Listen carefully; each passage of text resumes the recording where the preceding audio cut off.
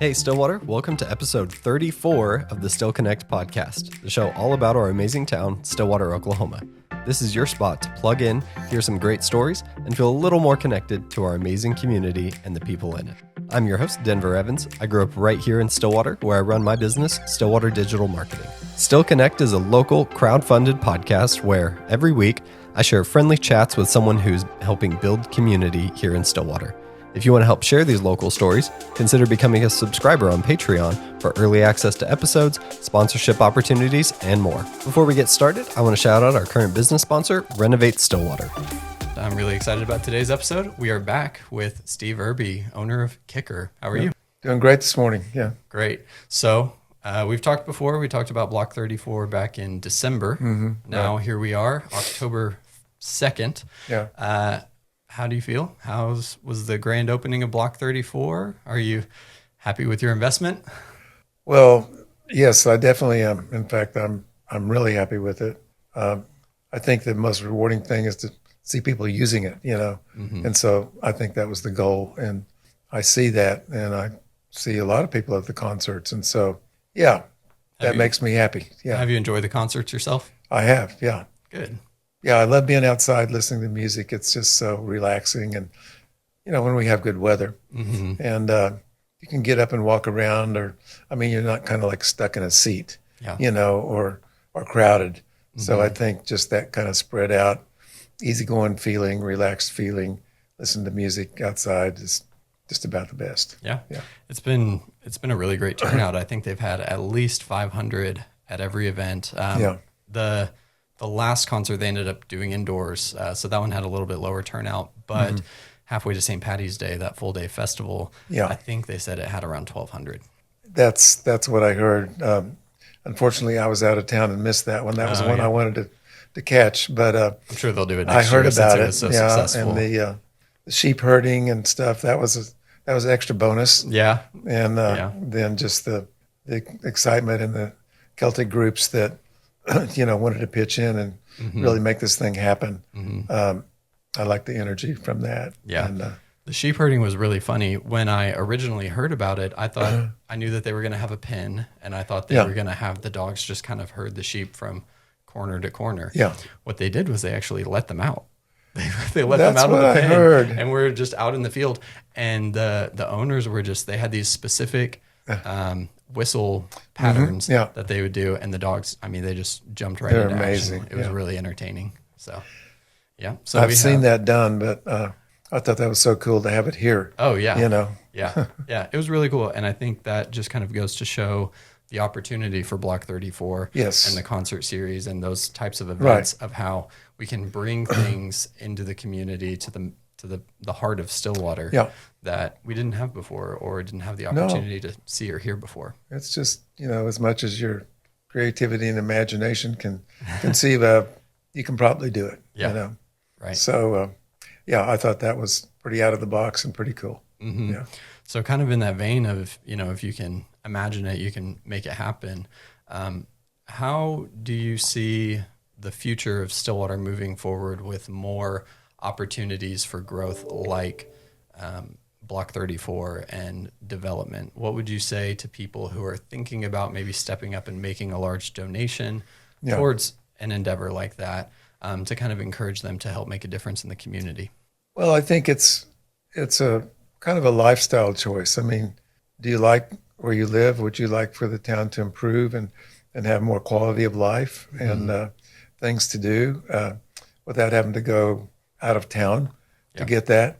And so I think if you have a vision for Stillwater and for what Stillwater can be, then Block 34 is really a catalyst, that you can really feed into. And I think, can expand the scope of what we have here in Stillwater through Block 34. And I've always thought that it would be a catalyst for other things. I don't know what all. It's kind of, whatever people are creative with and ideas they have can possibly happen, as well as, business development around the area. Right. So to me, it's more of a thing for quality of life in Stillwater. And if you're interested in that, then you can make a difference at Block 34. There's other places as well, but I think it's a good starting point. Right. Absolutely. And I think we've already seen a lot of property around there be purchased and a lot of people talking about development and even just more improvements made to the community center in order to accommodate, what if an event at Block 34 isn't able to happen and needs to happen indoors? How do we better, how do those backup plans work like we had to do 2 weeks ago at the other event? And it went really well. The team did a great job. They pulled everything together. The concert indoors was amazing. King Cabbage and Downtown Funk were so much fun. There were people in there. They had the whole crowd like waving their arms and, being very interactive and engaging. But there was also a lot of that the weekend before at halfway to St. Patty's Day. I think I counted in one of the images and there were like 60 people in front of the stage doing these dances that I don't remember if it was just Waxy Dargles or if that was when they had all the bands up there. But they had all these people and they were teaching them how to do these dances in front of the stage. And that's just something you don't see very often. And it's something that has to be curated through these experiences. But in order to have the experience, you have to have the venue. You have to have the venue and then, encourage interaction. It's like a lot of times you think, well, I wouldn't get up and do that, and then somebody does. You go, well, maybe we'll give it a try. And then you have a fantastic time. Yeah. It's like, pulling yourself out of your comfort zone a little bit and just enjoying it. And I think that's great. We all kind of get in a rut, of how we view things and what we do at events. And I think that was great, especially the Celtic event, getting people involved. Yeah. Makes it so much more dimensional, Absolutely. So can you share anything kind of from behind the scenes of since it opened to now? Were there any big changes, improvements on the block? Did any of the strategy change after it opened? I think in small ways, we hope we're always changing, and getting better and fine tuning. And so that was always my thought, is that you get it started and then you kind of see what makes sense and what doesn't make sense. And so, some of the ways that we're doing things we're changing a bit. Also, of course, we'd love to have the farmers market up there. They're kind of established down in another location. Right. That's always been a long-term goal of mine, is that they would be there too on Saturday mornings. So, hopefully that may change in the future. I would also personally like to see some more music events, possibly during the week, maybe a Thursday night, or performances by even local high school or band or a community band. I'm not sure if we still have a community band. They used to do that. I think that would be great. I think we have a few. I think correct me if I'm wrong, anyone who listens to this, but I think we have the community band, and then I think we have a big band, which is kind of a smaller group out of them, and then we may still have a jazz band. Yeah. See, I think that would be probably not as big a draw, as maybe what we're doing with Block 34 Live. Right. But we used to enjoy things like that in Stillwater years ago. They would have those in the park or something, and we'd go to that. And so, I would like to see some more of that, some more just local talent bands that, that people can just come out and enjoy casually, maybe on a Thursday night. Right. And so we've got something going a little more often. That makes sense, because I feel like right now all those concerts are happening. Yeah. But you kind of have to know that they're happening. You're not going to be walking around downtown and hear music, right? Out of a block away and walk over there and see it. You would have to know that it's happening. You have to go into the community center, it's a great space. Yeah. It just doesn't lend itself to, we're strolling around downtown. Oh, we hear some music. Let's go listen to the music for a little while. Right. Right. You kind of have to be in the know, or following, Block 34 Live on social media, which I know that you're involved in. That's really great. Thank you. I think that really gets the message out. But not everybody follows it. Right. In fact, I wasn't following it for a while.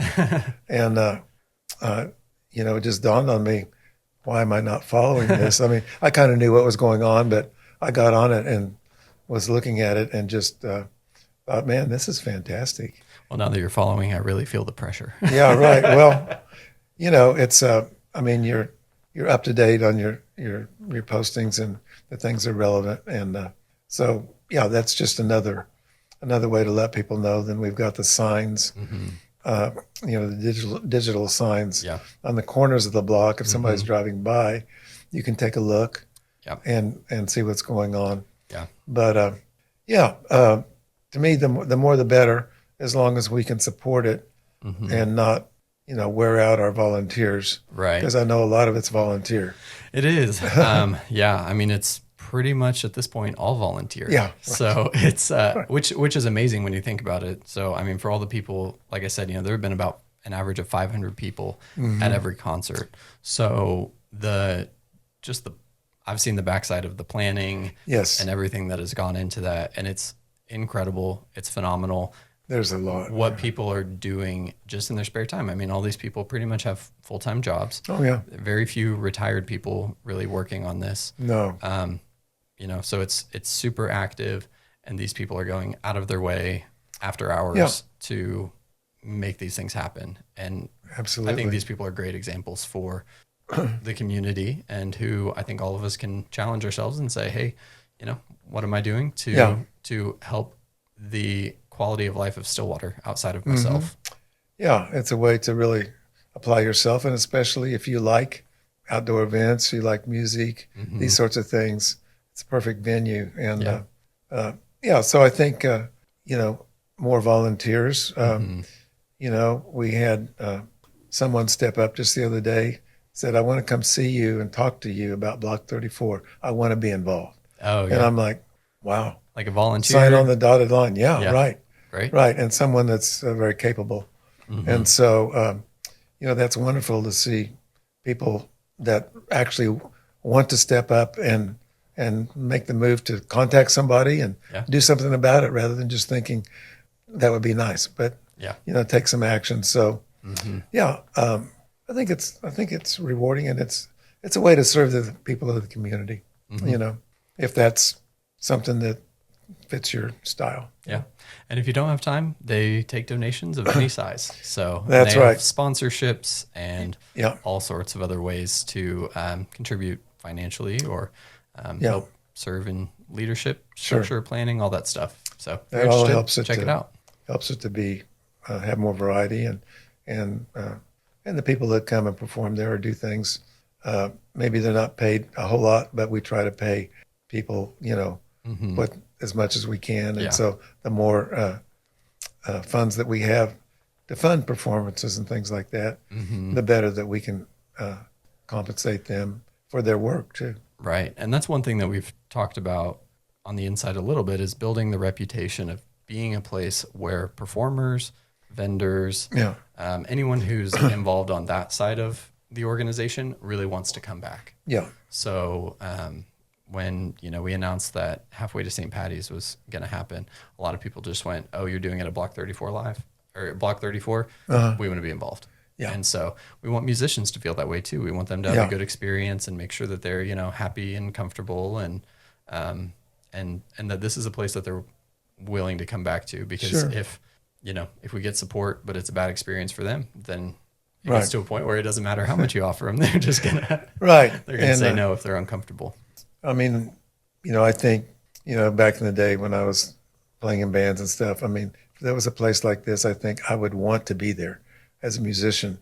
And of course, you don't get rich being a musician, but it's fun, and some people do really well at it.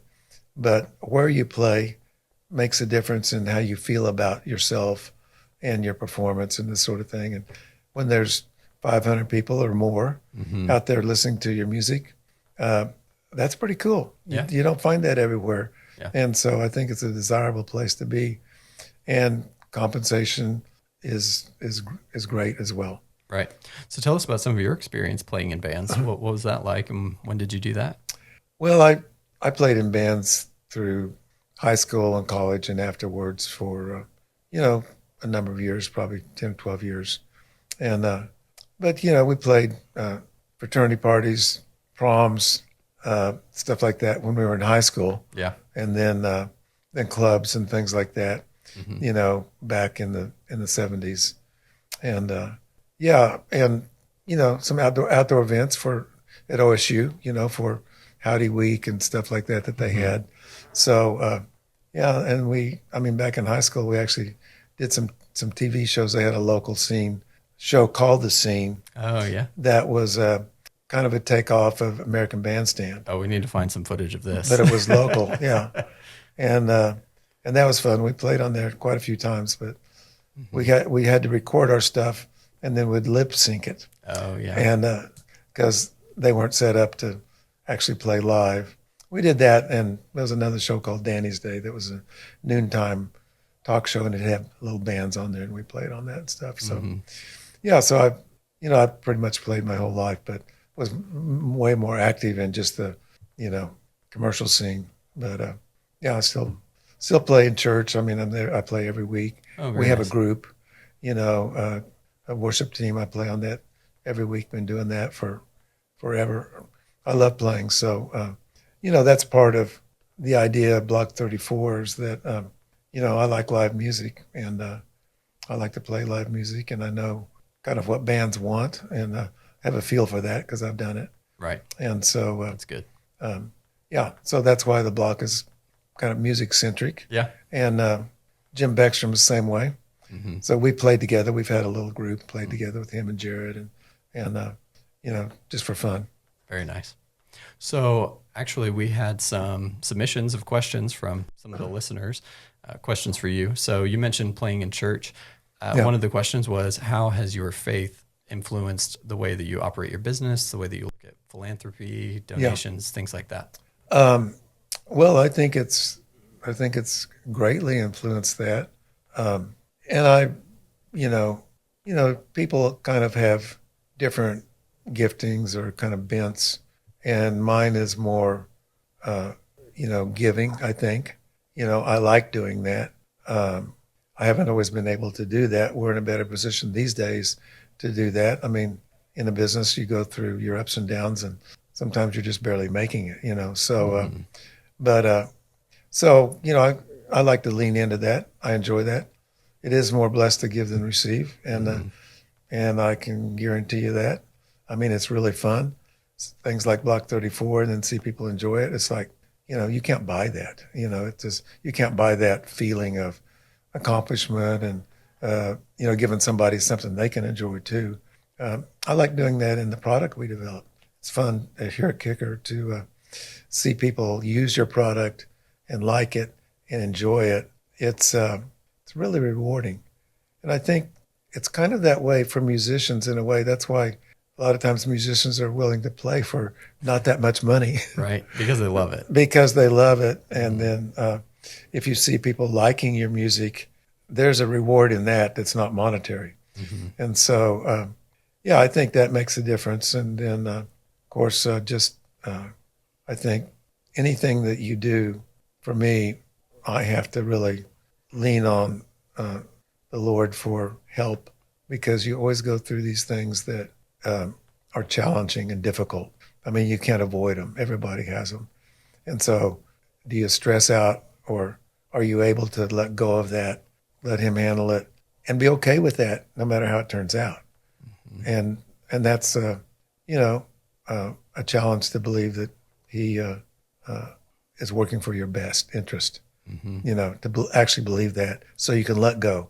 Because if you don't believe that, you can't let go. Yeah, you're still going to try to make it happen yourself. Right. So we like control so much, though. Yeah, we do, and it's not so easy to let go. Mm-hmm. And but I endeavor to do that, and just do things that serve other people. And I don't do that all the time. I mean, it's I focus on my own stuff too, but that's a goal that I have. Right. And something I try to work for when I can, and it's rewarding. So yeah. Mm-hmm. That's really great. So one of our next questions was, you have children who are entrepreneurs. I know that Joel owns Stone Cloud. Yeah. Do you have any other children that are entrepreneurs? I have a daughter, and she's busy raising a couple of teenage boys. Yeah. So she's not really into that at all. I don't think so much, and but she's fantastic at what she does, and so she lives in Arkansas, and but yeah, I mean, and I'm okay with that. I don't think your kids are little U's. You know, they don't have to be little U's. I mean, Right. they've got their own life, and let them do, what they're cut out to do. What they're made to do. Help them follow their dreams and their talents and abilities, and not pigeonhole them into something. Yeah. So That's good. That kind of goes back to that idea of faith, right? yeah, Understanding that there's a plan beyond ourselves, and that Right. the more we try to control things, the less we rely on God and have that faith. and it usually doesn't work out too well. Usually not. I've known quite a few people whose parents have tried to Yeah, push them in a certain direction, and it usually goes the opposite way. it can backfire on you. Yeah. You want to give guidance, but kind of let them choose their path. But and there's principles, wisdom and things like that I search for and like to understand, and pass those along that are applicable for whatever direction you're going. So to me, that's more the type of advice I would rather give, rather than maybe your career path, because I don't have a clue what anybody's career path is. Right. Really. Yeah, that's great. So speaking of career path, our next listener question Yeah. is, when you were starting your business, what did your hourly time look like? Did you keep track of that sort of thing, or did you sort of just get the job done? What kind of boundaries maybe did you have when starting your business? Probably the main boundary that I had was, don't sacrifice your family on the altar of business. And I think I picked that up from my mom. I wanted to be a professional musician. When I was in high school, I was kind of set on that. And about all she said was, you'll be on the road a lot. And that was about it. But there was more to it than that. It means you're away from your family, and so this is another life. And I remember thinking that through and going, yeah, I love playing. I don't want that. And so I think that started forming my opinion, even in high school, about what I wanted to do. So, I started building speakers as a hobby. And so never thought that could be a business, really. It was just a hobby. But I really took to it and really liked it. And so that's, I think I'm getting off the subject. But, for career path, it really helps to kind of evaluate what you really like to do, who you are, and what you would like to become. And for me, I remember in college, I told a friend of mine, I would like to be an inventor and a musician. And I didn't know, I still kind of feel that way. I like to develop things, creativity, innovation, this sort of thing. And I like music. I think I kind of had it there, but, then I went off in different directions. I didn't really maybe take that seriously, and I love building speakers. My dad got me started in that. He helped me build my first one. I really liked that, but I didn't probably take notice of myself as, this is what I like to do, and until I dropped out of grad school and thinking, what would I like to be doing? Because I had no clue. And I go, I'd like to be building speakers. It became really clear. And I go, well, why don't I do that? Because that's what I really like to do. And I think I'm motivated for that. The other stuff, I'm not motivated. Because you were studying sociology? I was in sociology, yeah. So very, very, very different direction. Pretty different. Still trying to solve the world's problems, but Yeah. I figured out that was a little bigger than me. Different method. Yeah. But I like to build speakers, and so yeah. That's great. Well, yeah. So what is your philosophy? Last listener question. What is your philosophy on retirement? Well, I don't have any thoughts of retirement because I'm doing what I like. I guess, I was raised to think of a profession as something that you should just always do, rather than you do one thing, then you do something else. Mm-hmm. And so, for some reason, my goal was always to find what was right for me and go for it. Mm-hmm. And so I'm still there, Yeah. and was my hobby. And so obviously it's morphed into a lot more than that, Right. but still I like what I do. And if I retired, I don't know what the heck I would do.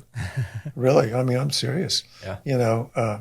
I'd have to figure something out, but I haven't been doing other things as much as this. I would rather come to work and be involved in some things. To me, it's not work, Right. And if I don't go to work, if I'm not feeling well, if I'm sick, I feel like I'm missing out.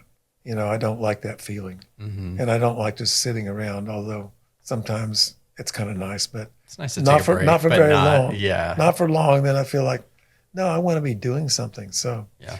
yeah, no plans to retire unless I have to. Well, I imagine your day-to-day work, of course, like you're not doing the carpentry of building speaker No. cabinets anymore, so that things kind of change over time, and you can probably, I imagine you changed kind of what you did based Oh, on your yeah. interests and got to be more and less involved in different parts of Yeah, this large company you've built over time. So you kind of get absolutely. to do what interests you and do Yeah. what you think will move the business forward. Right. And I think, as you move like through life or through business or whatever, you realize more what like they say, your core competency. What are you really good at? What can you do, but you're not that great at it, and you're not Mhm. really crazy about doing it. For me, I've tried to divest myself of those things and stick with the things that I really like. All days are not that way, of course, but generally, the things that I am not as excited about doing, there's always people that like doing that. It's just finding them, Mhm. maybe they like doing accounting or doing tax forms or filling out quality control forms, for whatever, and it drives me crazy, So find someone to do those things and then do what you like to do. And so really, I'm I'm not as busy in a way as I was, because I don't wear as many hats. But the hats you wear, you try to do really well. Yeah. You know. Yeah. You can't be the only yes in your organization. No, and you'll be the lid on it if you have to micromanage everything. Yeah. Mm-hmm. And then that's just more stress on your shoulders. And Yes. makes other people frustrated too because they feel like they're having to Oh, wait yeah. on you for everything. Yeah, people don't like you to be second guessing them all the time. I mean, you try to finding a balance, and that's always a challenge for an entrepreneur. But you have to if you want to grow. Right. You have to delegate at You some just have point. to do it. Yeah, Yeah. You either have to delegate or go solo. that's right. Yeah. And yeah, but nobody said it was easy, Right. but it's necessary. Yeah. Yeah. Yeah. What would you say to someone who's thinking about starting a business who maybe needs that little push of you can do it? Well, I'm kind of back to make sure it's something you want to do, that you've got a really kind of a desire to do it. I think at one point in time I came up with sort of 3 P's, which was passion. Okay, you need to want it because it's not going to be easy. And you're going to go through times where you go, well, I'll just get out of this. I did the same thing. But if this is something you really want, and then the second P is perseverance. So you have to hang in there when it's not the way that you thought it would be, or something like that. You have to keep going.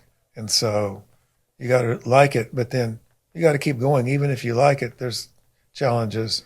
And then the last one for me is prayer, is that you're going to run into situations that, frankly, there's no good answer. And I mean, you do that all the time, really. But you can struggle with it, or you can ask for help. And so, that's a kind of a lifetime learning thing, asking for help and then kind of relaxing, not trying to grab it back and solve it again, and kind of letting go of that.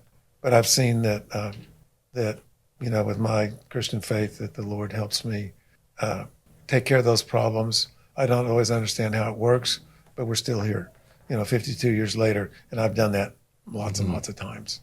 And so you don't have to understand everything about it to be successful. You know, nobody has a corner on all the knowledge and wisdom necessary. Right. You know? Yeah. None of us do anyway. Yeah. That would be nice. It would be really nice, but it would be. Then you'd probably get so conceited, you know, that nobody could even talk to you, you know? Yeah. Because you know it all. Well, you know, and then like the book of Ecclesiastes says, with more wisdom comes more sorrow. So yeah, not sometimes you don't need to know more. Sometimes you might wish you didn't know things. There's things that are, you don't need to know that. You know, the human mind is curious. Yeah. You know, sometimes you have to just go, nah, I'm okay with that. I don't need to know that. Yeah. And too curious. I don't need to wrestle with that one. You know, so, but yeah, because you can stress out and burn out. Right. And that can certainly happen. Yeah, very, very much.